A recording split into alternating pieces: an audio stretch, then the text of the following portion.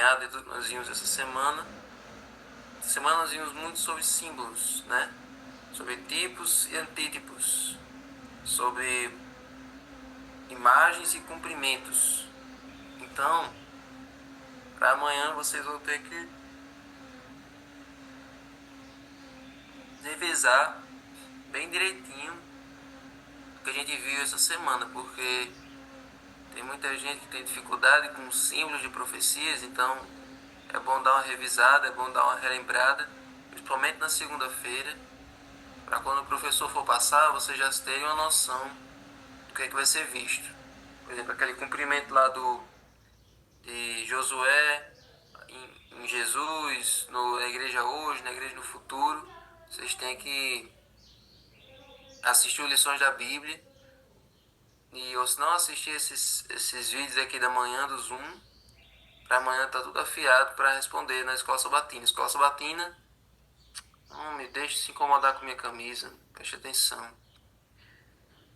Para amanhã vocês todos estarem afiados para responder as perguntas que o professor for fazer.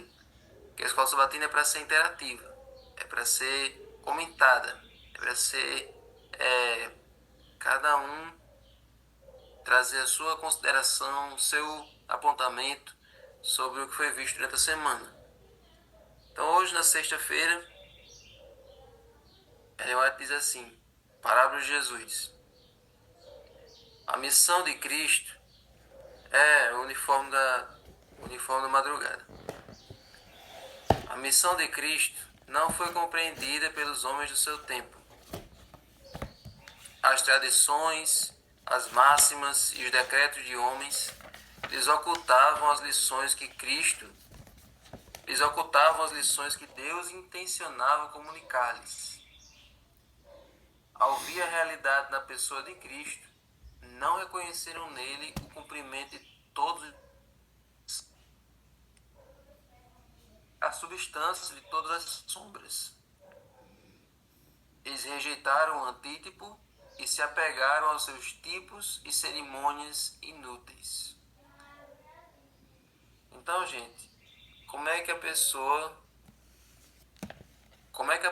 ela pode se apegar ao símbolo e não ao cumprimento do símbolo? Como é que a pessoa pode aceitar o tipo e rejeitar o antítipo? Me dá conta que tinha uma pessoa no tempo dela que ele gostava das coisas difíceis, ele gostava das coisas complicadas.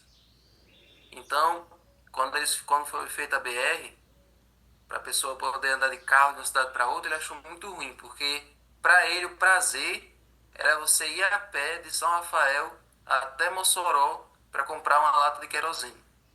Ele achava muito ruim a rodovia porque facilitava o processo. Ele gostava da dificuldade de você ir a pé.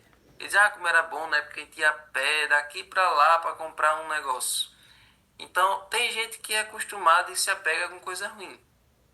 Como é que a pessoa pode gostar de ficar sacrificando cordeiro? Como é que a pessoa se apega ao tipo? Como é que a pessoa se apega ao símbolo? E não gosta da realidade, não gosta do cumprimento do símbolo? Porque aí é que está. Eles se apegavam às tradições, eles se apegavam às máximas, eles se apegavam aos decretos dos homens, porque aceitar Jesus requeria uma mudança de vida, requeria uma mudança de caráter. Eles gostavam da religiosidade e não da verdadeira religião. Eles gostavam daquela missa, eles gostavam daquele ritual que eles faziam de maneira mecânica, de maneira não espontânea, e por isso aceitar Jesus envolvia mudança de vida, arrependimento, e eles não estavam dispostos a fazer isso.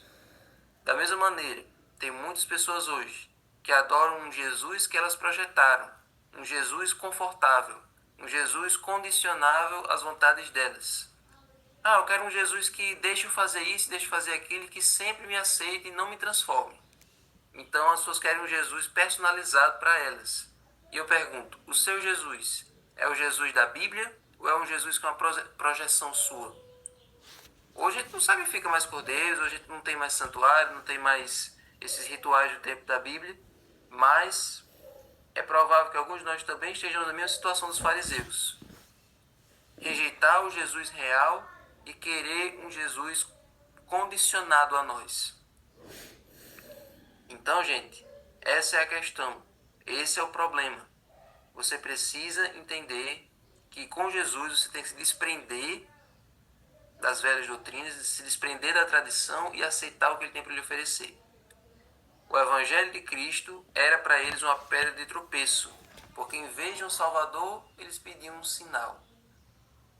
Em vez de alguém que perdoasse seus pecados, alguém que renovasse a sua vida, eles não queriam renovação de vida, eles só queriam um sinal, eles só queriam experimentar as coisas, mas sem transformação. E isso parece a realidade de muitas pessoas em muitas igrejas. Lá eles não querem mudar de vida, não querem obediência. Não se fala em 10 mandamentos. Lá se fala em você ir para sentir uma euforia, sentir uma experiência, sentir alguma coisa fora do normal. E infelizmente até na igreja adventista tem pessoas que são assim. Pessoas que vão apenas ou pelos amigos, ou por um clube, ou por algum evento, que estão ali apenas por sensações, mas não pela verdade, não pelo amor à palavra. E pelo amor à palavra você ama Cristo, porque Jesus é a palavra. Então, isso é mais sério do que você pensa. Não vamos aplicar todas as lições para as pessoas de fora. Já aconteceu que uma vez eu já percebi que a lição era muito para nós e eu vi que a pessoa só aplicava para os de fora. Não. É verdade que tem aquelas igrejas que promovem aquelas sensações de você estar fora do seu corpo, aquele êxtase, aqueles jogos de luz, aquela coisa artificial. Tem. Mas vamos olhar para nós também. A nossa realidade, muitas pessoas da nossa igreja é essa. Então, o Evangelho de Cristo era uma pedra de tropeço porque ao invés de um Salvador eles queriam um sinal. Ao invés da transformação eles queriam uma experiência, eles queriam alguma coisa para se iludir. Como resposta a essa expectativa, Cristo apresentou a parábola do semeador. E na parábola do semeador, você sabe, tinha as pessoas que recebiam a mensagem, mas Satanás logo arrebatava a mensagem do coração, pessoas que diziam não, pessoas que rejeitavam de vez, de cara. Tinha as pessoas que aceitavam, mas vinda a perseguição, vinda a intolerância, começando as dificuldades, eles já abandonavam a mensagem.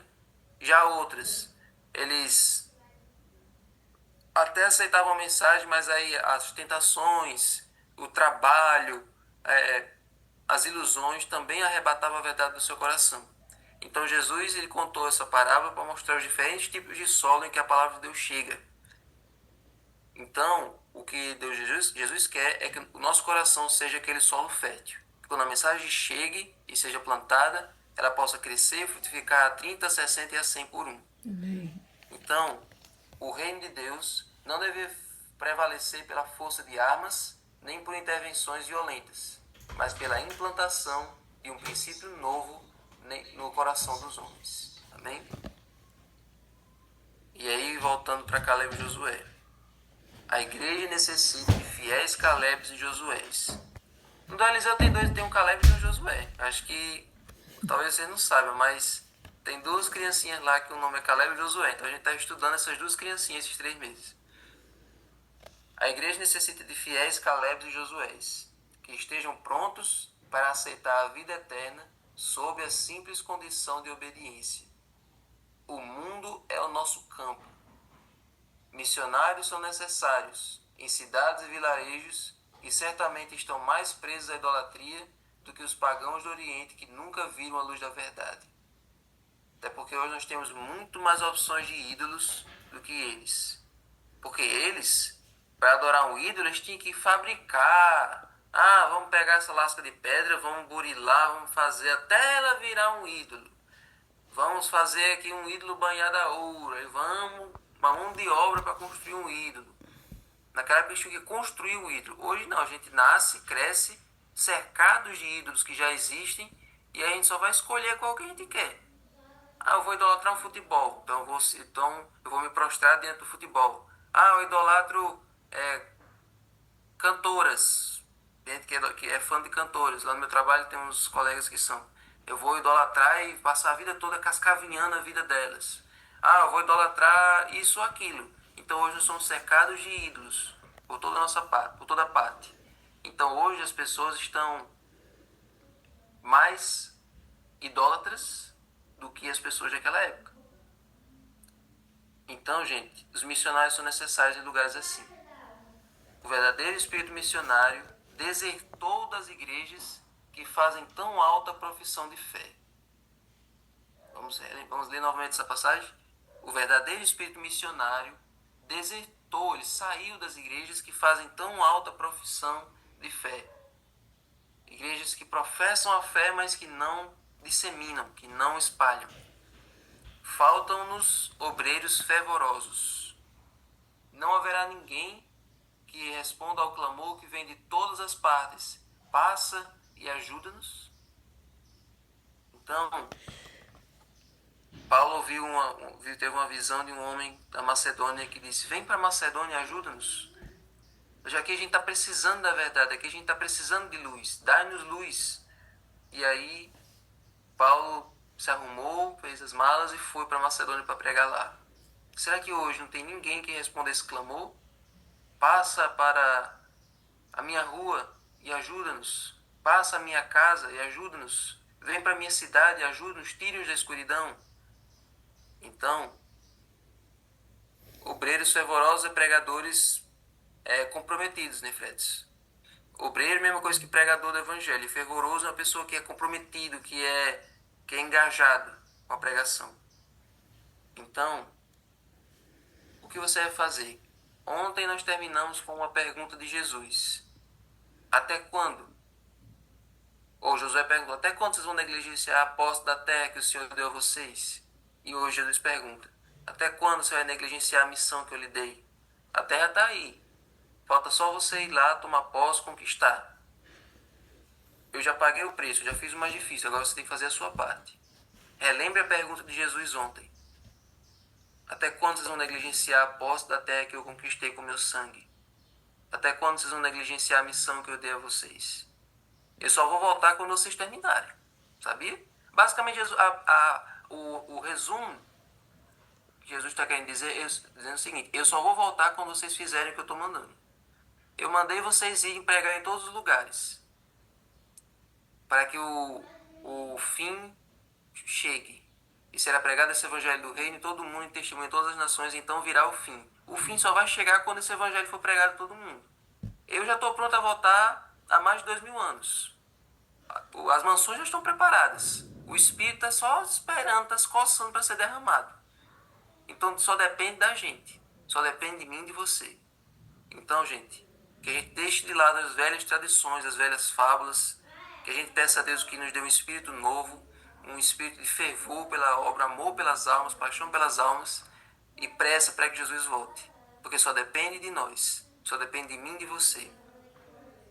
Se você quiser passar mais 15, 30 anos nesse mundo, então não faça nada. Se você quiser ficar aqui, você está achando aqui bom, então não pregue o evangelho, fique do jeito que você está. Mas se você quiser que Jesus volte logo, então tenha pressa em falar dele. Amém? Senhor Deus, muito obrigado, Senhor, por essa lição dessa semana. Muito obrigado, Senhor, por essas lições de hoje. Nos ajuda, Senhor, a ter pressa em te ver face a face. Nos ajuda a ter pressa em levar outros para te conhecerem também. Que nós possamos ter o mesmo espírito de Caleb e Josué. É todo mundo dizendo não, mas nós dizendo sim. É todo mundo desanimando, mas nós permanecendo em pé. Pedindo a montanha mais alta, pedindo a montanha mais difícil, pedindo o obstáculo mais complicado, porque nós temos a certeza de que o Senhor vai nos ajudar a superá-lo. Então, Senhor, fica conosco, dá-nos aquele espírito missionário que eles tinham para podermos conquistar aquilo que o Senhor já nos prometeu.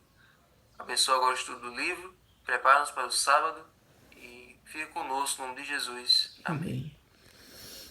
Amém. E for